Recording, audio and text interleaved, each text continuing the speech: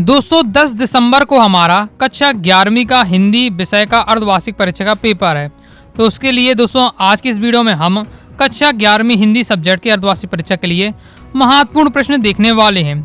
Okay, तो ये दोस्तों सीरीज स्टार्ट करी दी है। तो हिंदी के महत्वपूर्ण प्रश्न की 2 वीडियो रहने वाली हैं, पार्ट 1 और पार्ट 2। पार्ट 1 आ चुका है। पार्ट 1 में मैंने दोस्तों आपके काव्य खंड, गद्य खंड, बितान, अयुक्ति माध्यम, पद्य साहित्य का इतिहास, गद्य साहित्य का इतिहास, महत्वपूर्ण लेखक परिचय, महत्वपूर्ण कवि परिचय, महत्वपूर्ण काव्यांश की व्याख्या, महत्वपूर्ण गद्यांश की व्याख्या, ये सब टॉपिक मैं आपको कवर करा चुका हूँ पार्ट 1 में। तो पार्ट 1 वाली वीडियो जरूर देख लीजिएगा। डिस्क्रिप्शन में या पिन कमेंट में मैं आपको लिंक दे दूंगा।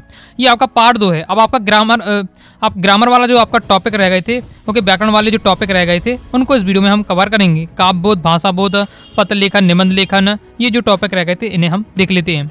तो सबसे पहले दोस्तों हम क्या है, व्याकरण में आपके काव्य बोध से देख लेते हैं कौन कौन से महत्वपूर्ण प्रश्न हैं। काव्य बोध से दोस्तों आपके पेपर में 2-2 नंबर के 2 क्वेश्चन आपके रहने वाले हैं। 2-2 नंबर के 2 क्वेश्चन देख लेते हैं कौन कौन से आपको क्वेश्चन तैयार करके रखना है। सबसे पहला है स्थायी भाव और संचारी भाव में अंतर लिखिए। नेक्स्ट है रस की परिभाषा देते हुए उसके भेद लिखिए। नेक्स्ट है वीरस की परिभाषा उदाहरण सहित लिखिए। दोस्तों 10 रस होते हैं, 10 रस की आपको परिभाषा तैयार कर लेना है। ओके, और फिर उनके उदाहरण। अब देखिए मैंने आपको ट्रिक बता चुका हूँ, केवल एक परिभाषा, एक रस की अगर परिभाषा याद कर लेते हैं 10 के 10 रस की आपकी परिभाषा बन जाएगी। और उदाहरण भी मैंने आपको कहा है बहुत ज़्यादा आसान उदाहरण आपको दिए हुए हैं। तो अगर आप क्या है रस वाला पूरा टॉपिक पढ़ना चाहते हैं, हिंदी ग्रामर के नाम से जो प्लेलिस्ट है, हिंदी ग्रामर की प्लेलिस्ट पर जाइएगा, रस वाली वीडियो देख लीजिएगा। नेक्स्ट है आपको क्या है रोला छंद की परिभाषा उदाहरण सहित तैयार कर लेना है। वक्रोक्तिक अलंकार की परिभाषा उदाहरण सहित आपको तैयार कर लेना है। आगे देख लेते हैं।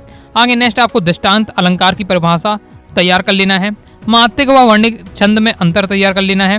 मुक्तक छंद की परिभाषा उदाहरण सहित लिखिए। अभिधा शब्द शक्ति की परिभाषा उदाहरण सहित लिखिए।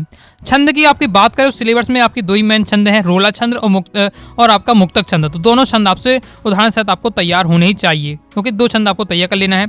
ऐसी अलंकार में भी आपका कुछ सिलेक्टेड अलंकार दिया हुआ है, जैसे दृष्टांत अलंकार है, वक्रोक्तिक अलंकार है, उदाहरण अलंकार है और आपका विशेषोक्तिक अलंकार है। तो ये अलंकार दोस्तों आपको तैयार कर लीजिएगा। साथ ही छंद में केवल आपको रोला और आपको मुक्त छंद तैयार करके रखना है।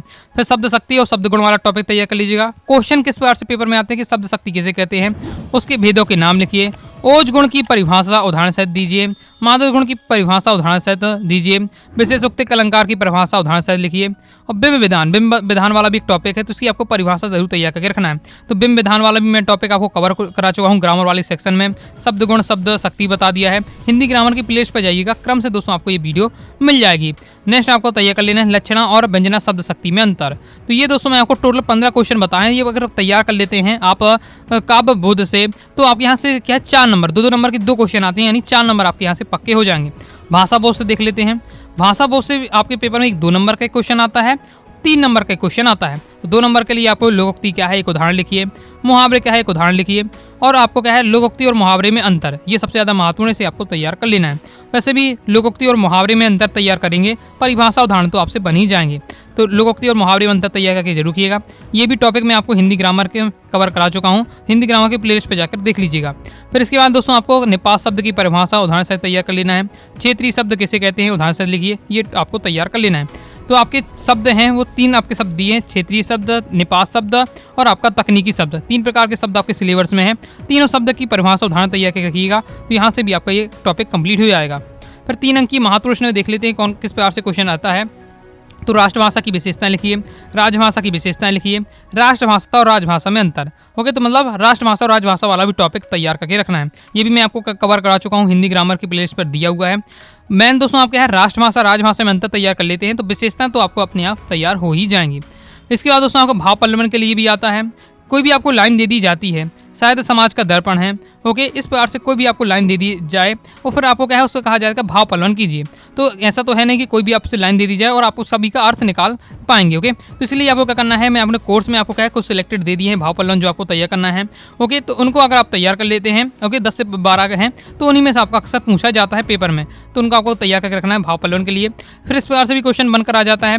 वाक्य परिवर्तन के लिए आता है, जिसमें इस प्रकार से क्वेश्चन दिए जाएंगे। लुट्टन ढोलक को अपना गुरु मानता है, निषेध वाचक वाक्य बनाइए, संकेत वाचक वाक्य बनाइए, संधि वाचक बनाइए, इच्छा वाचक, इस बार से आपसे दिए जाते हैं। तो मैंने आपको वाक्य परिवर्तन और वाक्य शुद्धिकरण वाले भी टॉपिक आता है, इनको भी मैं आपको पढ़ा चुका हूँ ग्रामर वाले सेक्शन में। हिंदी ग्रामर की प्लेलिस्ट है, वहाँ से जाइएगा। ओके, और अभी अगर ये टॉपिक तैयार कर लेते हैं तो क्लास 12th में भी यही टॉपिक आपके रहने वाले हैं। तो अभी से आप मेहनत कर लीजिए, आप क्लास 12th के लिए फिर आपको ज़्यादा मेहनत नहीं करनी पड़ेगी, क्योंकि यही आपके एजुटेस टॉपिक रहने वाले हैं। तो ये आपका हो जाता है कंप्लीट। बाकी दोस्तों, आप अगर कक्षा 11वीं हिंदी सब्जेक्ट की प्रॉपर रूप से तैयारी करना चाहते हैं, ओके, इंपॉर्टेंट क्वेश्चन आंसर, पूरा ग्रामर का टॉपिक चाहते हैं, पीडीएफ मटेरियल चाहते हैं और अच्छे से वार्षिक एग्जाम तक की तैयारी करना चाहते हैं, अनुराग आषाढ़ी क्लासेस के क्लास 11 हिंदी के स्पेशल कोर्स को ज्वाइन कर सकते हैं। दोस्तों, कोर्स को ज्वाइन करने के लिए 90 39 53 44 79 दिए व्हाट्सएप नंबर मैसेज करके कोर्स के बारे में जानकारी ले सकते हैं, कोर्स को ज्वाइन कर सकते हैं। अब दोस्तों हम देख लेते हैं आपतित बोर्ड। आपतित बोर्ड दोस्तों आपके पेपर में 3 नंबर का आता है। इसमें क्या होता है, इसमें कोई भी आपको एक गद्यांश दे दिया जाएगा, उस गद्यांश से दोस्तों आपको क्या करना पड़ता है, 3 क्वेश्चन दिए जाएंगे। ओके, तो उन तीनों के उत्तर आपको लिखना है, मतलब बताना है किससे, गद्यांश से पढ़कर। ओके, तो बहुत ज़्यादा ईजी रहता है, प्रैक्टिस करेंगे आपसे बन जाएगा। ओके, नॉर्मल इसमें ज़्यादा पढ़ने की आवश्यकता नहीं रहती है। लाइक और शेयर ठोक दीजिए, महाकाल का लाइक और शेयर ठोक दीजिए। पूरा साल मेहनत करता हूँ आपके लिए बेटा, ऐसा नहीं चलेगा, ऐसा नहीं चलेगा। नेक्स्ट हमारा पत्र लेखन। पत्र लेखन दोस्तों आपके पेपर 4 नंबर का रहने वाला है। मैं आपको 5 इंपॉर्टेंट आपको पत्र लेखन बता रहा हूँ, जिन्हें आपको तैयार करके रखना है। हमेशा दोस्तों क्या है, अक्सर रिपीट होते रहते हैं। अपने मित्र को हायर सेकेंडरी परीक्षा में प्रथम श्रेणी में उत्तीर्ण होने के लिए बधाई पत्र लिखिए। परीक्षा काल में ध्वनि विस्तारक यंत्रों के बजाने पर रोक लगाने हेतु जिलाधीश को प्रार्थना पत्र लिखिए। अपने मित्र को वाद विवाद प्रतियोगिता में प्रथम आने पर एक बधाई पत्र लिखिए। आपके क्षेत्र के पोस्ट मास्टर साहब को नियमित डाक वितरण न होने पर शिकायती पत्र लिखिए। नेक्स्ट है, नगर पालिका अध्यक्ष को जल की अनियमित आपूर्ति के संबंध में शिकायती पत्र लिखिए। तो ये 5 मैंने आपको बताया, पत्र लेखन आपको तैयार कर लेना, और भी मिले पढ़ लीजिएगा। ओके, इसमें क्या है, एक बार आपको पढ़ लेना है, फिर आप अपनी लैंग्वेज में लिख सकते हैं, बस फॉर्मेट आपको क्लियर रहना चाहिए। निबंध लेखन देख लेते हैं। जितने भी दोस्तों मैं आपको इंपॉर्टेंट बता रहा हूँ, सबकी पीडीएफ वगैरह चाहते हैं, आप अपनी वेबसाइट अनुराग आषाढ़ी क्लासेस.com से जाकर प्राप्त कर सकते हैं। गूगल पर जाइएगा, सर्च करिएगा अनुराग आषाढ़ी क्लासेस, सबसे पहले वेबसाइट आएगी, ओपन करिएगा, तो वहाँ से आप सभी सब्जेक्ट के इंपॉर्टेंट क्वेश्चन देख सकते हैं।